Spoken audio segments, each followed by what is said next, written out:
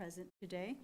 And we'll begin with the general administration presentations by the public on matters not on the agenda. And so, Mr. General Manager, are there any requests to speak? There are no requests to speak. All right, and then the next item is 1B, monthly year-to-date revenue and expenses. So to date, revenue is very similar to what it was last month, 3.5 million revenue. Expenses total 1.1 million for the year through December. Thank you. Are there any questions among the trustees? All right, we'll move to consent agenda, part 2. I'll accept a motion or if there's a request to pull an item. Also moved.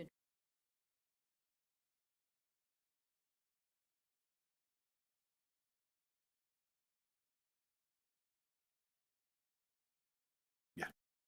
Sorry, I was taking notes, sorry. Trustee Alcala? Trustee Orozco? President Guerrero? Aye. All right, this item is approved. This is the Reclamation District 900 meeting, so the clerk will eventually show up for the next meeting, but she's not here because the council meeting has not started yet. No, because the council meeting has not started yet. So the clerk will show up once at 7 o'clock, once the meeting. I would say hold on to it until she shows up. She may not see it. Hand it to her. Okay, thank you. Thank you, Louie and Glenda. Sorry about that. A little confusing, I get it. Okay, next is our regular agenda item, part 3. Consideration to approve the Reclamation District 900 annual financial audit reports for fiscal year ended June 30, 2023. Mr. General Manager, do you have any report to provide on this? Yes, what I'd like to do is introduce Mary Ann Cropper. She is our auditor, and I'd like to bring her up to the podium to give a brief discussion and answer any questions the board might have. Okay. Please provide a presentation on this. Sure. Why don't I do a high level, and I'll certainly respond to any questions that you might have. So you've got 2 draft reports, certainly subject to any edits or recommendations that you might have. One's the audited financial statements, and the other is the required communications document. So I'll just direct your attention to the draft financial statements. The most important thing I probably would say is that it's a clean audit opinion, and the financial statements are presented in accordance with GAAP. There's a second audit opinion, which states that we've looked at compliance matters. We disclaim an opinion on that, but nothing came to our attention that indicated anything was out of place. And also that we talk about internal control or financial reporting. We did have one continuing recommendation. Most of our recommendations from last year, which really were carryovers from the merger and some of the repercussions with that. But the remaining recommendation is for to readdress policies and procedures and to formally document those. And I understand that management is reaching out to accounting firms and other technicians to try and find somebody who has the time and willing to do that. So it's still being remediated. So, but there hasn't been a lot of turnover. Everybody knows what they're doing, and so it doesn't always have to be documented, but it's just best to do so. The report itself, there's 2 different balance sheets, one because we're presenting government-wide financial statements and the other because we're presenting government fund. It's kind of a simple presentation, but we still have to do a kind of a GASB 34 presentation. And the government-wide, it's a healthy statement of net position where you've got $27 million in equity or basically net position. About half of that has to do with property and equipment. But the other half is invested in receivables and investments and so on. So it's with very little in liabilities. So it's very healthy. That particular statement of financial position or net position actually gives you a report on how your OPEB plan is doing, which I know in a lot of governmental organizations are of concern, but you'll see a very small liability. It's gotten just a little bit larger, but for the most part, because the district is paying retiree benefits as they go, it approximates the expense. And so what you've got is kind of a break even with that.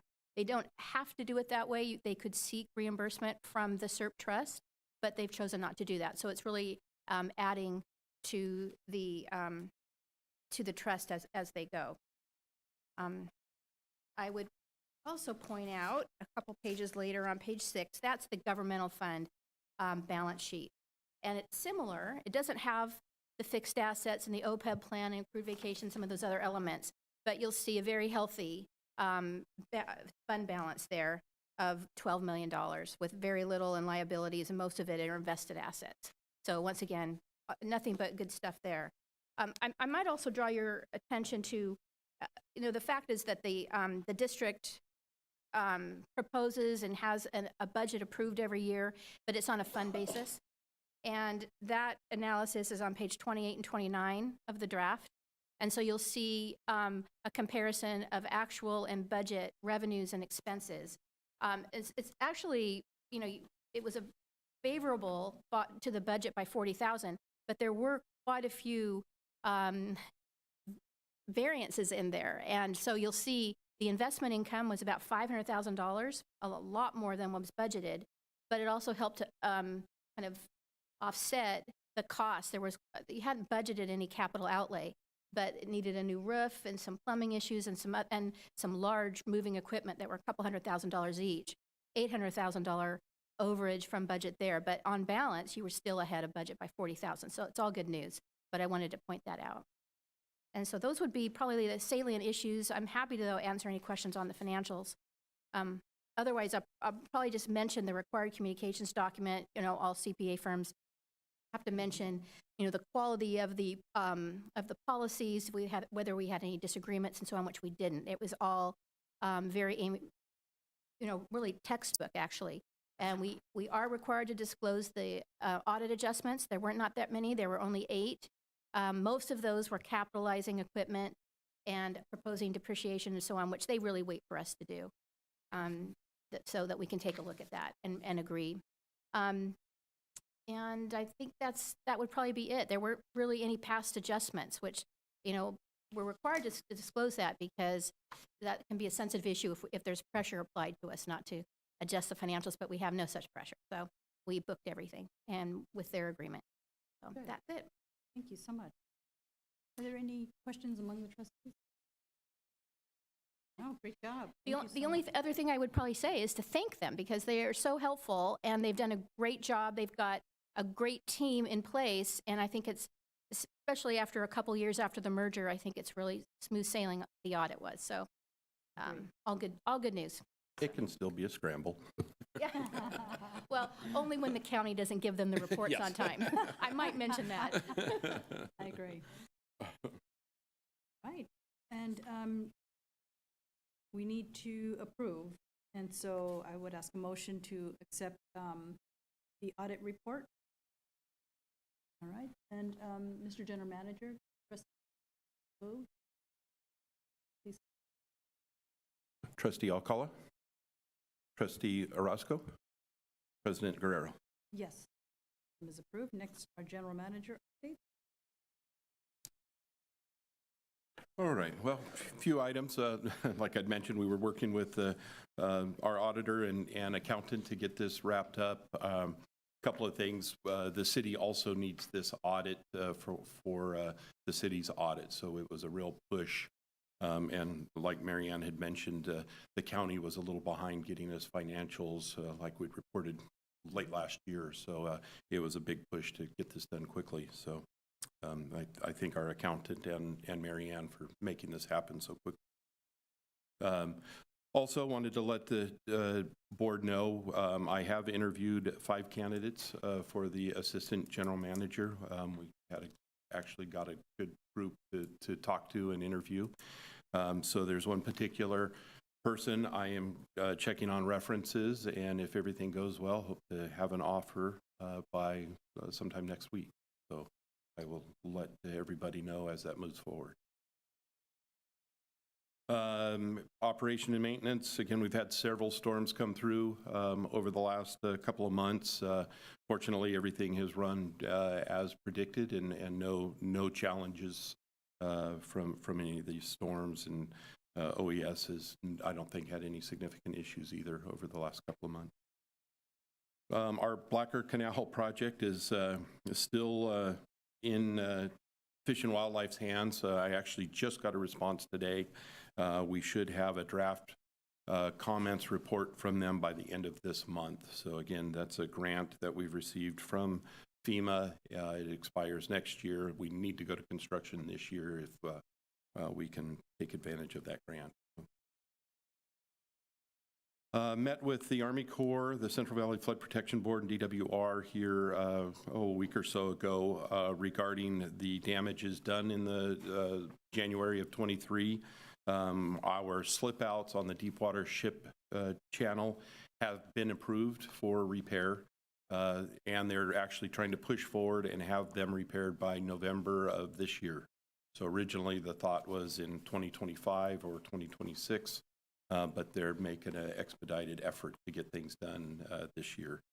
We had a couple of erosion sites on the Sacramento side near the city's water intake structure. I'm assuming they have declined those repairs.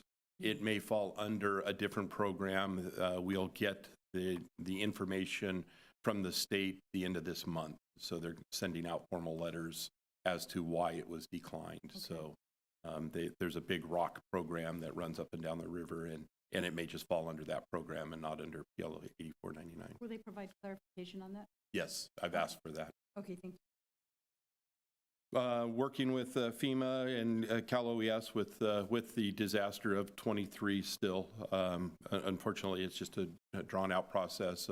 Our project manager with FEMA was transferred down to Fresno working on other projects, so I haven't heard from her in a week or two, and so it's just a drawn-out process. So I think most of the paperwork is done, so they have a lot of internal checks and balances, so it takes a considerable amount of time for approvals. So, let's see. Working with the city on a housing project, we've got the district has I'll call it a remnant drainage easement. The district has not maintained in years. So I would recommend that we quit claim that easement at some point in the future to allow this housing project to move forward. Once things are in place, I will bring that in front of the board for final approval and discussion. Quick question on that. I recall Planning Commissioner mentioning that they were considering a parking. Has that gone to the Planning Commission for review to act? I know they were really pushing, and I don't know the date as to when it was going to the Planning Commission. Okay. So it may have, but yeah, the parking lot sat on top of the easement, and from our standpoint, no impact to drainage. Plus, once the development parking lot goes in, they'll have to pick up any drainage anyway and put it in a storm drain. So it shouldn't impact the district at all. Okay, thank you. The development? I'm sorry? How big? Oh, I believe it was a 40-foot wide easement, and it ran parallel to the old rail line north of Lake Washington Boulevard. And it's been chopped up a lot. And so now it's still 40 feet wide, but instead of being 1,000 feet long, it's maybe 100 feet long. Oh. And so our levee superintendent, who's been with the district now for 6 or 7 years, they've never maintained it since he's been here. And by looking at it, it's overgrown and it hasn't been maintained in quite some time. We tried to find a pipe and there's nothing there. And my guess is when the rail line was in place, irrigation and whatnot ran through there, and that the sewer line has come through that area and Clarksburg Trail, and so it's changed considerably from years back. With that, I'll turn it over to Greg to give an update on the West Safeca program. Thanks, Blake. Just a quick update. The Yolo Bypass levee project south is complete. It was a pretty small project done by the Corps. It's only about $4 million, and that rocked and reshaped the levee south of the causeway that comes into the city, all the way down to the entrance to the port. The Yolo Bypass East Levee North project, contract's been awarded, about $9.5 million. The contractor's prepping submittals and doing all the schedules and stuff, and that's anticipated to go to construction this spring. Great. The Sacramento River North levee is currently in design. The 30% design deliverable is scheduled for about June of this year. But the Sacramento River North levee is broken up into 3 different segments, so this is only one of the segments that's going to be, we'll have the 30% design, and that runs from roughly the Indian Heritage Center site down to Tower Bridge. That's the portion that'll be in design. And then the Stone Lock Reach, a design charrette was held back in September to look at different alternatives than what was recommended in the general reevaluation report, which recommended connecting a berm across the channel to connect the north and south portions of the levee. The charrette determined that modifying the stone lock structure to a flood wall would be a much more elegant and cost-effective solution, and also wouldn't impact all of the vegetation and habitat that's grown there in the channel. That was approved by Office of Council and approved by the Change Management Board. So from the Corps' perspective, that change is fully approved, and it's scheduled to start design July of this year. And that concludes the update. Thank you. And one more note for our next scheduled board meeting, March 20th. I will be on vacation during that time, so I will cancel that. And if needs arise, we will have to schedule a special board meeting. Okay, thank you. Thanks. Enjoy your vacation. Thank you. You deserve it. I do have a quick question. How do we do this? No problems at all. We were out on site through the weekend just to keep an eye on things, mainly Sunday. The winds really kicked up, but pumps ran fine, just no problems. The river levels are still down, so we're not at monitor stage yet with any river levels. So most of the concerns were within the interior drainage, but everything functioned accordingly. And I haven't heard from Public Works. Usually they let us know if they see something plugged up that we're missing. So everything turned out real well. Any other questions among the? Well, can you thank everybody? Keep a good eye on the city. Trustee comments? Any other trustee comments? Accept the motion to adjourn. Trustee Roscoe, I'll call a seconded. Please roll. Thank you. Trustee Alcala? Aye. Trustee Orozco? President Guerrero? All right. Thank you so much. We are adjourned. Thank you.